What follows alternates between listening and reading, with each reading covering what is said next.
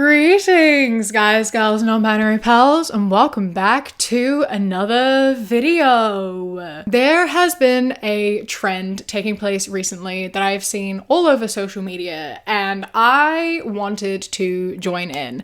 And that is people posting propaganda I'm not falling for, followed by just a list of propaganda they're not falling for. The first place I saw it was over on book Twitter. I was seeing people doing it for like book characters. So I saw one that was like propaganda I'm not falling for. Lucy Gray and Coriolanus Snow are like a good couple. Like that sort of stuff. That's where I first started seeing it. And then I saw it away from there on different parts of Twitter or on TikTok, on Instagram, etc., where it more moved into like the patriarchy and like stuff like that. So I wanted to make my own list, and obviously me being me, I can't just like do bullet points and leave it at that.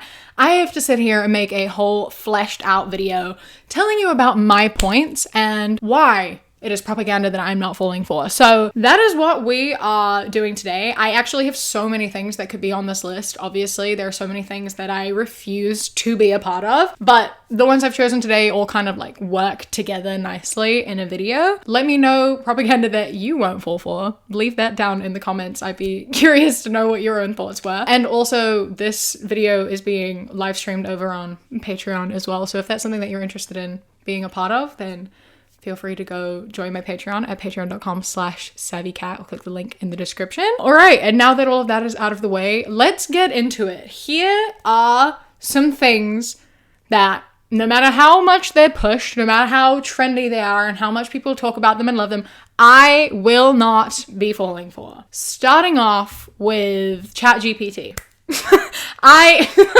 I'm not doing it. There's nothing you can say to me that will make me be a ChatGPT user. In the past where I've talked about ChatGPT, I get a lot of people saying that I sound like those like anti-internet people when the internet started being a thing. People were so against the internet. It's like, pick up a book and I should just like move with the times. And the times now is moving into ChatGPT and AI, but I don't care.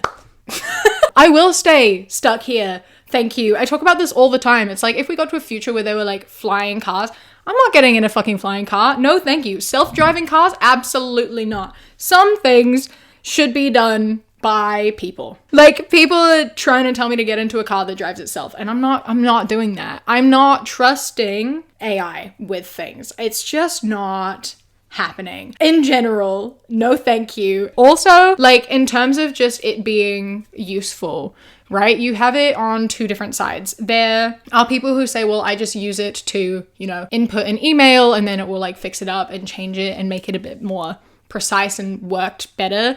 And there are people who say they use it for research, like they ask it questions and then get told the questions. And I understand how that's efficient, but I also think that it's really cutting out a big part of just using your brain and engaging in things. You know what I mean? Like, at least the difference between like a book and the internet is that the internet makes everything more accessible, but I still have to go searching for it. You know what I mean? Like if I'm looking for something and I'm researching something and I need information to do something, I'm going on the internet, I have to find multiple sources, I have to fact check, I have to like cross-check my sources, I have to know what to ask and where to look, etc. Like you're still engaging with like rational thinking and not just typing in a question and getting all of your information at once. Not to mention that sometimes ChatGPT is just straight up wrong. And then you have on the other side people using it like very socially, which is so much worse. I've seen so many people talk about using it as like a substitute for human interaction.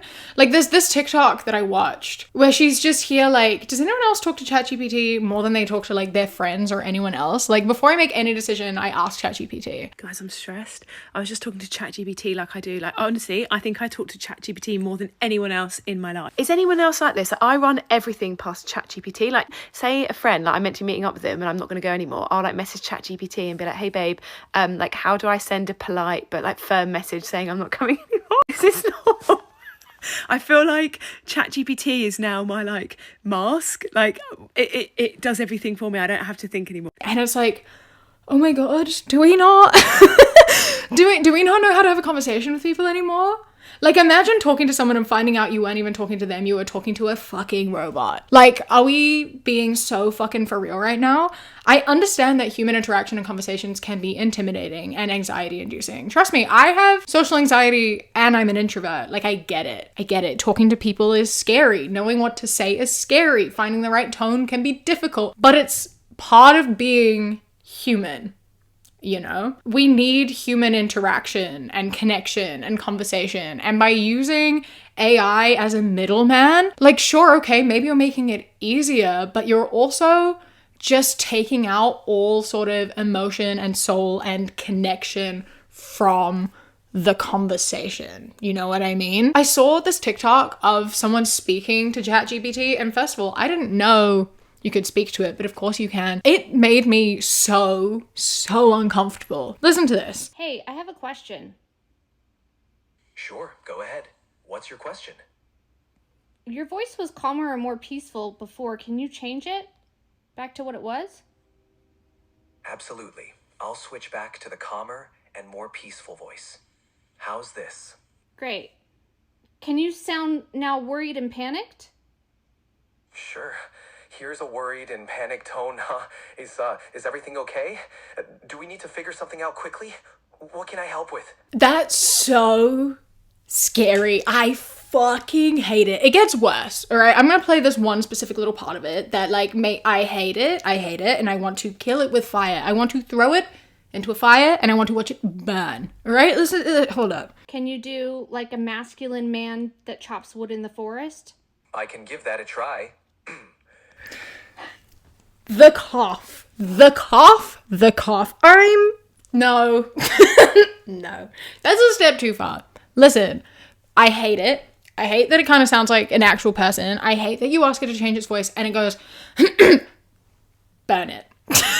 Burn it to the fucking ground, all right? Especially when you get into, then I talked about ChatGPT in a short that I posted the other day. I think in general, if you are using AI for everything that you do, you are living a very sad life. It's a sad life. We don't need AI. We don't need ChatGPT. We have all done perfectly fine up until this point. We don't need ChatGPT. And I got a comment from someone saying that they like to use ChatGPT to talk to about their hyperfixations because no one else will listen. I went through it because what do you think social media is for? Like, seriously, if we're at a point where instead of creating a Twitter account or a Tumblr account or even an Instagram account, you're going to ChatGPT to talk about your hyperfixation, we're fucking doomed. Like, that's literally what the internet is for. In my opinion, that is the best part of social media. That is how I have always used social media. It is the best part of it. Like, sure, sometimes you're going to speak about your hyperfixation and no one's going to listen because you have no followers. But that's when you start following people and you start interacting with them. You reply to them and then they start replying to you. You build relationships. You are talking to a void, but then you start talking to other people with similar interests. I have made so many friends through fandom spaces that I still talk to 11 years later. Lights are off for my phone, lights up, stars are bright. All I think of, there's no one else. I talk to oceans apart, still choose you. I have a lot of people I talk to regularly on Twitter now in my fandom spaces. I know people who are married who met on Twitter through fandom spaces. My partner and I got together because, we matched on Hinge, but I matched with them because they had a Stray Kids AT's picture on their profile and I had one as well. So we connected over that. And now so much of our relationship centers over the shared interests that we have. There are ways to find people to talk to about the things that you enjoy. There are ways to do it without talking to a literal, it's not real. It's not a person. It doesn't care about you or what you're saying. Make a Twitter account, please. There are people out there who love what you love and will listen to you. You just have to go find the spaces and not turn to a fucking robot. This isn't even to mention the negative, environmental impact that it has. Obviously, ChatGPT and AI in general is so shockingly bad for the environment, but people really do like to just look away because it benefits them and makes their lives a bit easier. So we just ignore the fact that it's causing so much pollution and like so much water wastage when it's completely unnecessary. Speaking about things that make your life easier, another thing that I am not falling for is tradwife content and just tradwifeism.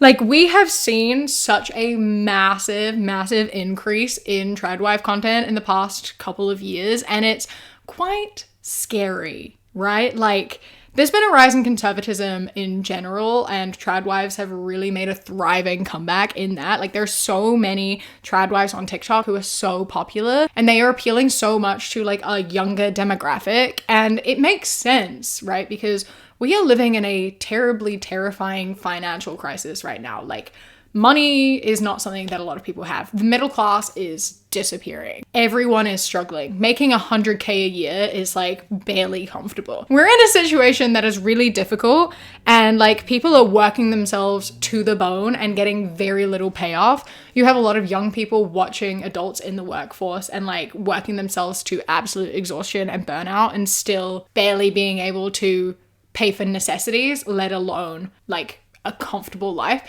So obviously people want a way out of that. Obviously people will look for absolutely anything that means they do not have to participate in that. And that is why tradwives have made such a boom and why they are so popular. They offer what looks like an alternative. You see these women who are like thriving. They are living lives where they are, you know, very comfortable. They're spending all their time just baking bread and spending time with their child and just kind of having a lot of free time and like doing their makeup and looking nice, and they have like nice big houses and they're just comfortable and living happily. Everything is taken care of. They still have money and they don't have to do anything outside of what they want to do. And obviously that looks appealing, but like they're missing so much of life. They simplify it so much. First and foremost, it is such a small minority of tradwives who are in these positions. Like, you have to marry rich, right? You have to marry someone who is rich.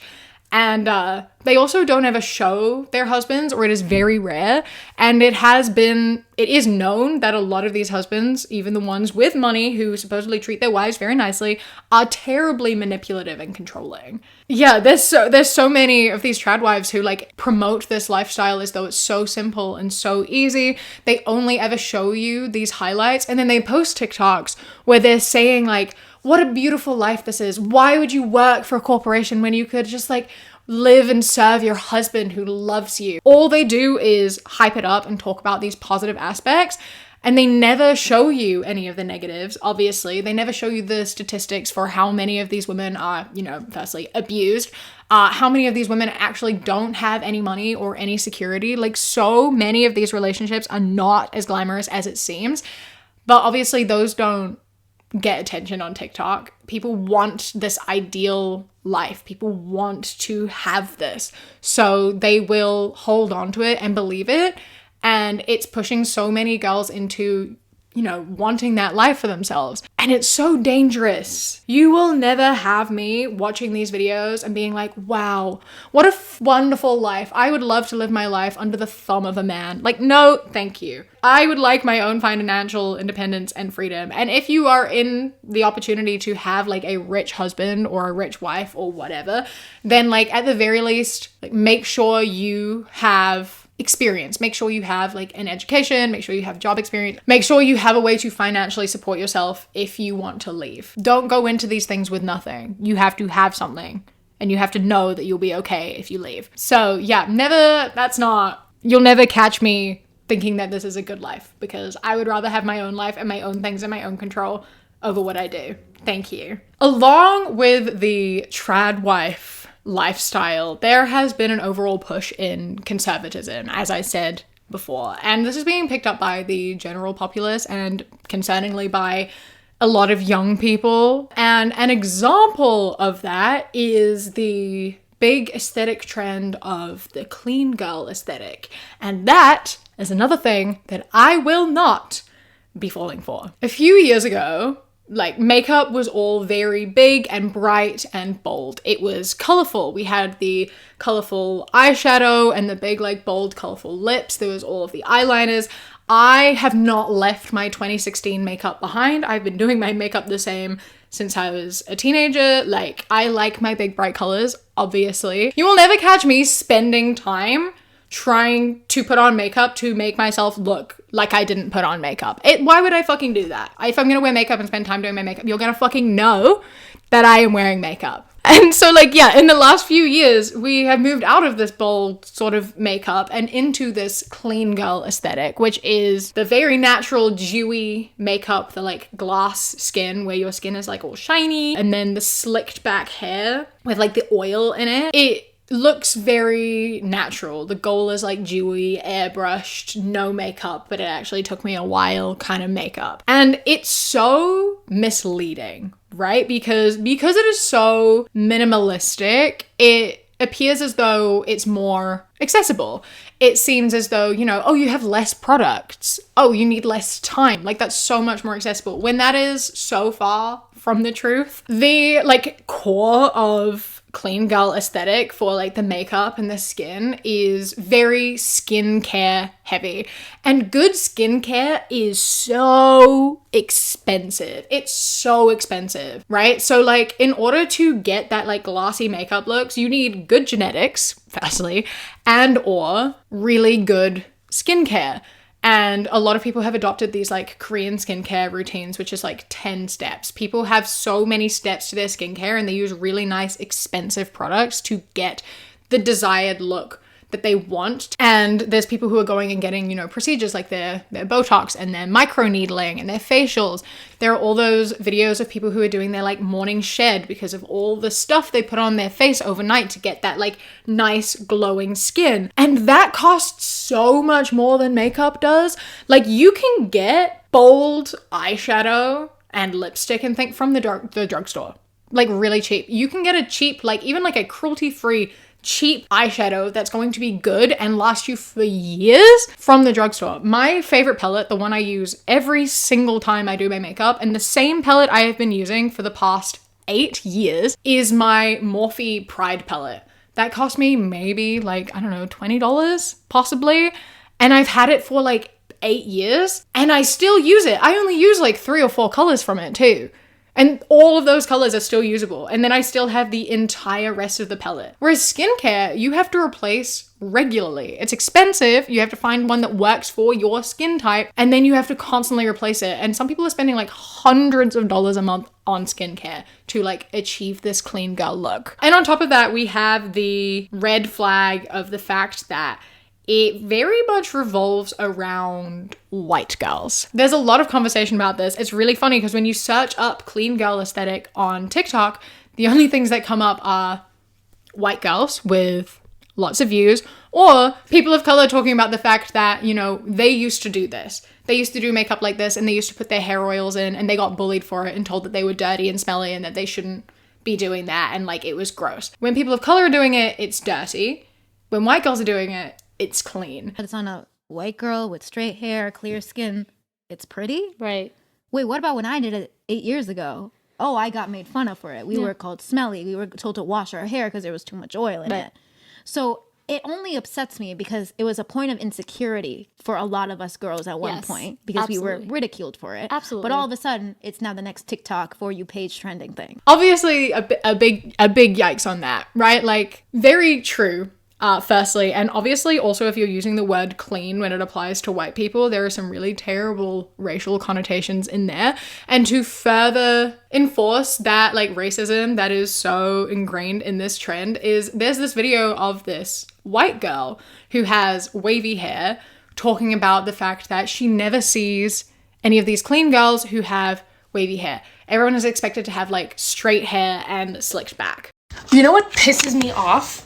The fact that I feel like my natural hair doesn't fit into the clean girl aesthetic, and I'm sick and tired of doing vlogs because my poor hair can't take it, and I need more content on the internet of girls with curly and wavy hair doing clean girl content. You know, like, wavy and curly hair is not a part of the clean girl aesthetic.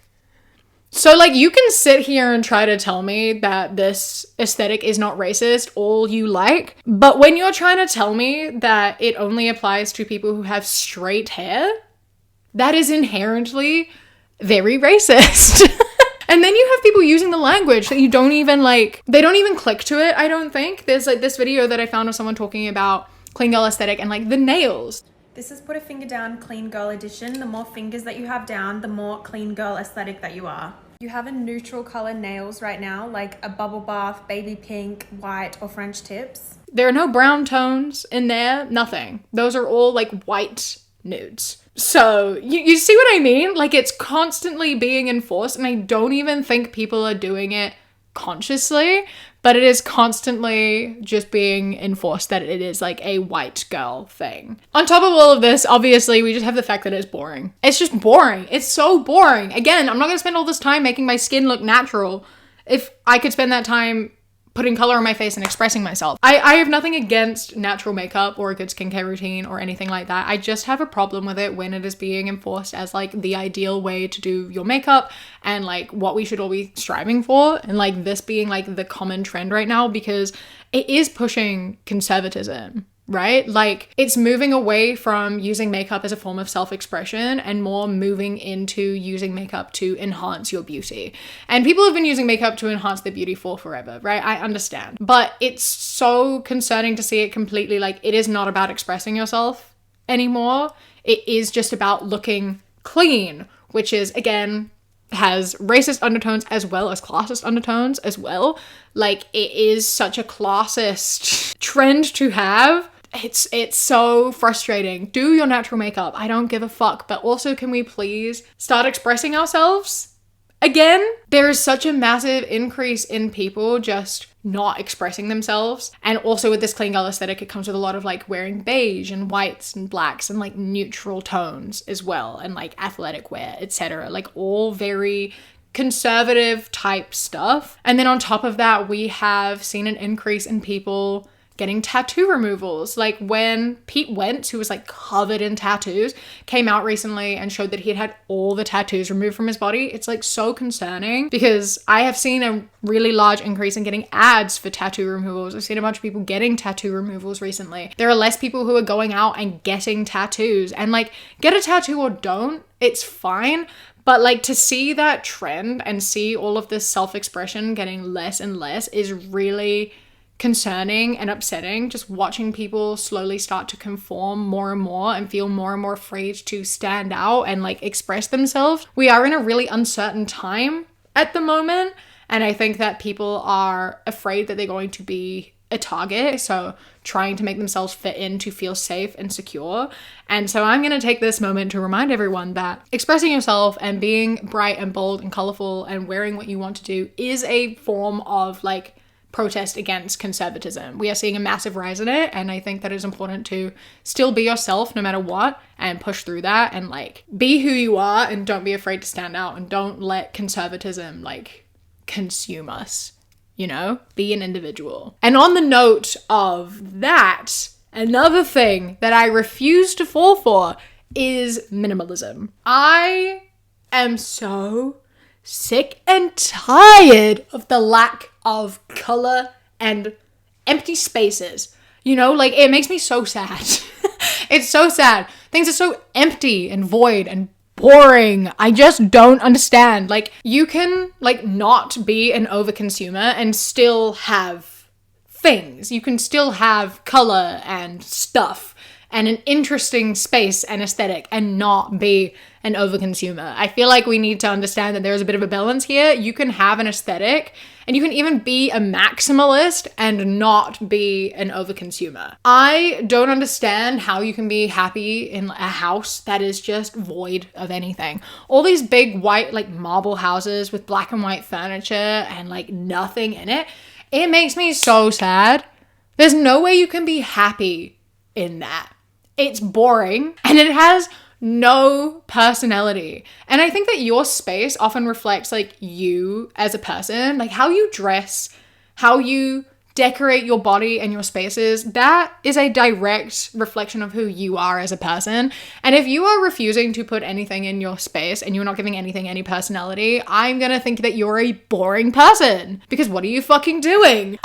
Listen, I especially don't understand it when it comes to rich people. Rich people are the fucking worst, because not only are all these like mega uber rich 100 million billionaires like completely just exploiting people and hoarding their wealth, they are also just fucking terrible at using it. Like rich people are so bad at being rich, and it pisses me off. I've been reading a lot of historical fiction set in like Victorian England recently, largely around like the noble class. So people who have a lot of money in Victorian England. And listen, the wealth disparity was obviously very bad at the time, but at least the rich people knew how to be rich. They used their money and they flaunted that shit. And that's how it should be.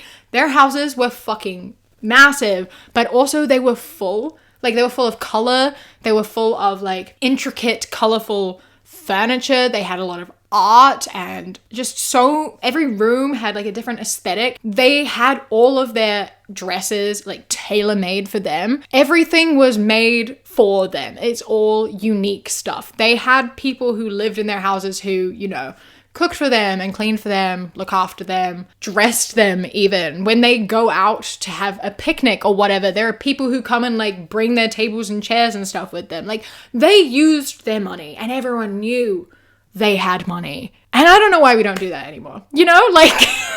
But I think that I personally would be a great rich person. I talk about this a lot. Me and Kat talk about it. Me and my partner talk about it. We talk about how we would be good rich people. And obviously I don't want to be a billionaire. I could never be a billionaire because I would never let myself get to that position. I'm not even in the position to be a millionaire or anyone who can afford to live even remotely lavishly like this. But if I had millions and millions of dollars, I would be going out and spending that shit like no fucking tomorrow. Every single piece of clothing that I owned would be custom made for me. I would have like personal dressmakers that I would pay very, very well. I would give them incredibly comfortable lives. And then everything I wear would be fit perfectly for me. It would be tailored to me. It would be unique. No one else would have it. And it would be fucking glorious. My house, all of my furniture and things in my house would be custom made and like unique. And then I would be supporting artists who need that money and can, you know, go and live their lives very comfortably. I just don't get why people aren't doing that. If you have the means, why are you being so fucking boring? You know, like if you have the ability to spend millions and millions of dollars, get stuff. Even if you don't want to fill your house with a bunch of clutter or whatever, at least put art on your walls. If you can afford to buy art, put some colorful art on your walls. Do something.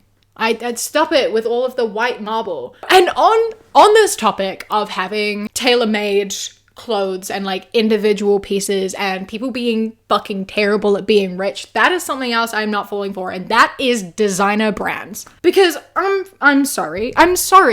You are trying to tell me that I can buy like a plain white t-shirt on High Street for like £5, or if I want to go for like a nicely made, like sustainable, ethical, organic cotton t-shirt, I can probably get one for like £20, maybe cheaper. Or I could go into a designer shop and get the exact same t-shirt made in the exact same factory for £200 because it has a different label on it.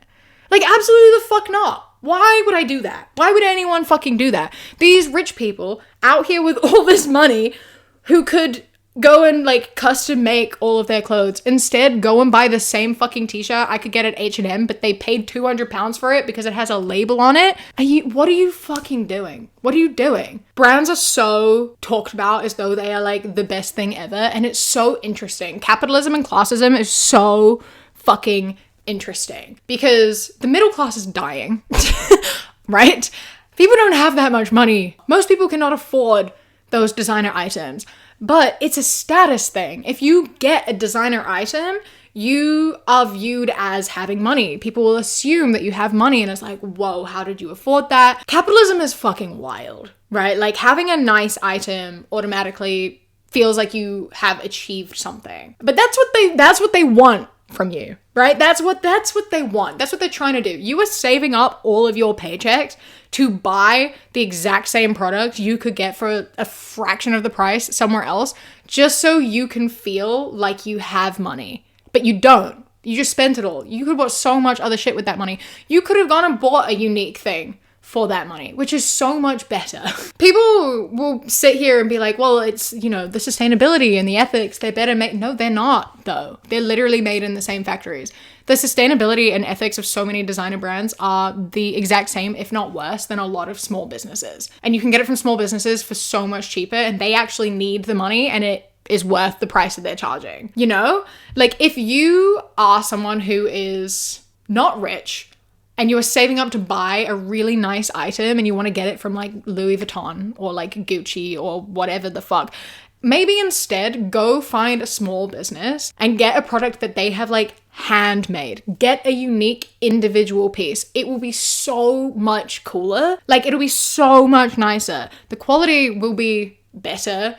The like sustainability and the ethics of it will be better, and you are directly paying and supporting the artist and not some fucking billionaire corporation, you know? Designer labels mean fuck all, and it pisses me off that they've like really managed to manipulate people and the classism of it, and like people just like scrabbling to buy designer things to prove a point. You don't need it. You don't need it. Go get something that is made for you. Get something that is tailored for you. Get something that is individual, unique, just yours. And that brings me to my next point. Another thing that I will not be falling for is the dress for your body type. Everybody is different. We are all individuals. We all have different genetics, different schedules, different hormones, different lifestyles. We're all different. So we all have different bodies. And yet, all of our clothes come in the exact same cut. They're just slightly longer or wider, but they are all designed for the same body type. Back in the day, clothes were all made individually. You made your own clothes. You paid someone to make your clothes. Then fast fashion started, and obviously they can't do that. Everything is being mass produced, so they all use the same cookie cutter like template. They all build for whatever body type is in fashion at the moment, you know? Then they put them on models who have the body type that they produce the clothes for, and they tell you, this is what it is meant to look like. This is what it is going to look like on you. And then someone with a different body type that is not that body type will put it on, and it doesn't look like that because it was made for a very specific shape in order to fit like that. And now you have it on and you feel bad about yourself because it doesn't look like how it should, and people are telling you you should dress for your body type. But it's like, no. I'm sorry. Clothes are just gonna fit everyone differently. Yeah? If you want clothes to fit and look the same on every single person, you need to make clothes in a whole range of different shapes. Some people have narrow hips, some people have wide hips, some people have narrow waists, some people, like, everyone has different proportions. You cannot tell everyone to dress to their body type unless you are making every single piece of clothing in a whole bunch of different shapes and sizes. They're just going to look different on different people. You can wear whatever the fuck you want. Like, the shorts on you are going to look different to the shorts on that model who's wearing them because you have a different body type. Doesn't mean it looks bad on you. It means that it was created to look that specific way on that person, which means it's going to look a different way on you and your body, right? Like, you're allowed to wear, if you feel happy and confident in wearing that, then you wear that. You don't need to change your body type to fit into a specific piece of clothing. If anything, the clothing should change to look a specific way on you. We're all gonna wear clothes differently, and that's just the way that it's gonna be because they're mass produced. You know, and when it comes to like, wear something that's more flatter, that's all bullshit. It's all made up. It's all just people wanting to sell you more things. Like, you can put it on a model and say, this is how it's meant to fit. It's for this body type, but it doesn't mean automatically that no one else can wear it. It's just going to look a different way. And you can wear what you want. Like, some things look better on X body type is something you will hear a lot. And again, that is an opinion. That is not an objective truth. We all define what beauty is Like, that is something that we set for ourselves. It is not something that is universally agreed upon. You can think that this specific cut looks better on this specific body type or whatever.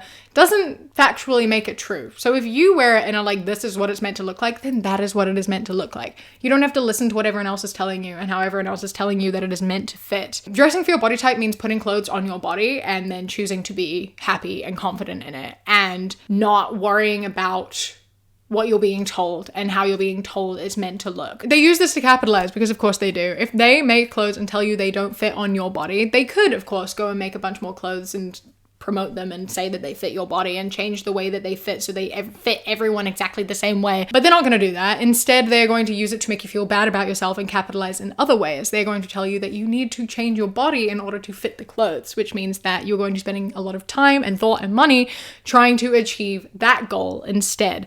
And that brings us to our next point, which is summer bodies. And this is relevant because we are currently going into summer and I am sick of fucking hearing about it and seeing it everywhere. Something we hear every single fucking year, like clockwork, is people starting to work on getting their summer bodies. It's people going to the gym so they can get their bikini bodies and like starting their diets and whatever so that they're going to be slim and fit in time for summer, specifically from women for their bikini bodies. It makes me so mad. You have a summer body. You have a bikini body. You have a body, it is summer. That is a summer body. You have a body, you're wearing a bikini, that is a bikini body. There is no other way around it or about it. It is all so bullshit and it all exists just to sell you an idea and to get you to buy different things and like waste your time on something that does not fucking matter. Society benefits from us hating ourselves. It distracts us and it impacts our confidence and our self-worth and it makes us not try as hard. It makes us think that we don't deserve things if we don't look a specific way. And then we're just so constantly focused on making ourselves appear a different way and thinking about how other people perceive us that we like miss so much. And like, if you think about it, right? When you talk about getting your summer body, who are you doing it for? Are you doing it for yourself or are you doing it for a good Instagram picture? Are you doing it because you like the compliments you get on the beach? Are you doing it because you want people to like look at you and say you look hot? Like, firstly, people will do that no matter what your body type is. Secondly, that's not for you and that's not going to make you happy. It is not worth like sacrificing so much of your life and changing your entire lifestyle just to please a few random strangers you are never going to see ever again. And also, if these people are only going to be interested in you because your body looks a specific way, they are not the type of people that you want around you anyway. You know, like, I understand the desire. I understand the thought of I need to get a summer body because I struggle with that too. I live in society. I have had an eating disorder in the past. I still have to spend a lot of my time fighting that eating disorder voice. Every time coming into summer, I have to like try really hard not to trigger myself because it is so incredibly easy to fall into. But I just have to tell myself that giving in is giving into the patriarchy, and I don't want to be fucking doing that. Diet culture is letting the patriarchy win. Wearing things for your body type and summer bodies and all that bullshit, that is just giving in to the patriarchy and giving money to these rich old white men and keeping yourself down and enforcing that you feel less valuable for looking a specific way. And we're not giving in to that. All right? Once again, I'm going back to the like, fight conformity and choose to be happy with who you are. Express yourself and exist within your body and like choose to be happy. And I know it's much harder than just choosing to be happy, but over time, if you start validating yourself and your body and telling yourself that your body is fine and okay and good and perfect, then you'll start believing it. You just have to listen to yourself and not society's voice. Wear whatever the fuck you want. Take up as much space as you want. Wear bold makeup. Cover yourself in tattoos and piercings and whatever the fuck you want. You are an individual and your happiness will look different to someone else's happiness. You are different and unique and you are allowed to stand out and be who you are and love what you love. There are going to be people who understand you and connect with you on that. You do not need to conform to what society is telling you to do. And that brings me all the way around to my final point. The last thing on this list of propaganda I will not be falling for, and that is heterosexuality. Please refer to all of my previous videos, and specifically the Are the Straights Okay series. I feel like I don't really need to put much explanation into why I will not be falling for this concept of heterosexuality, but it just seems fake. You know, if they're pushing it like it's this fantastic, amazing thing that everyone should be, and I just don't get it. I feel like I've provided enough evidence as to why that isn't so. You know, I think we are constantly being bombarded by heterosexuality. It is on all of our TV shows and our movies and in our books.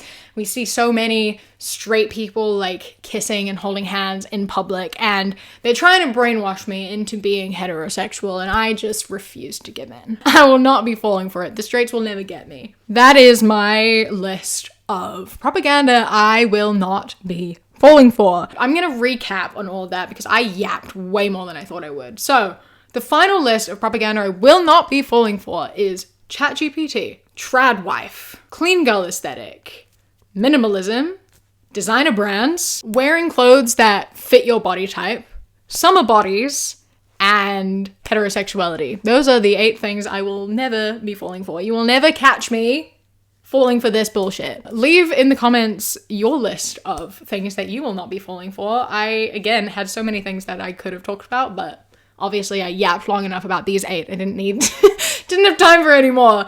Let me know your thoughts on these ones and your own. I look forward to reading some of them. I hope that you enjoyed this video.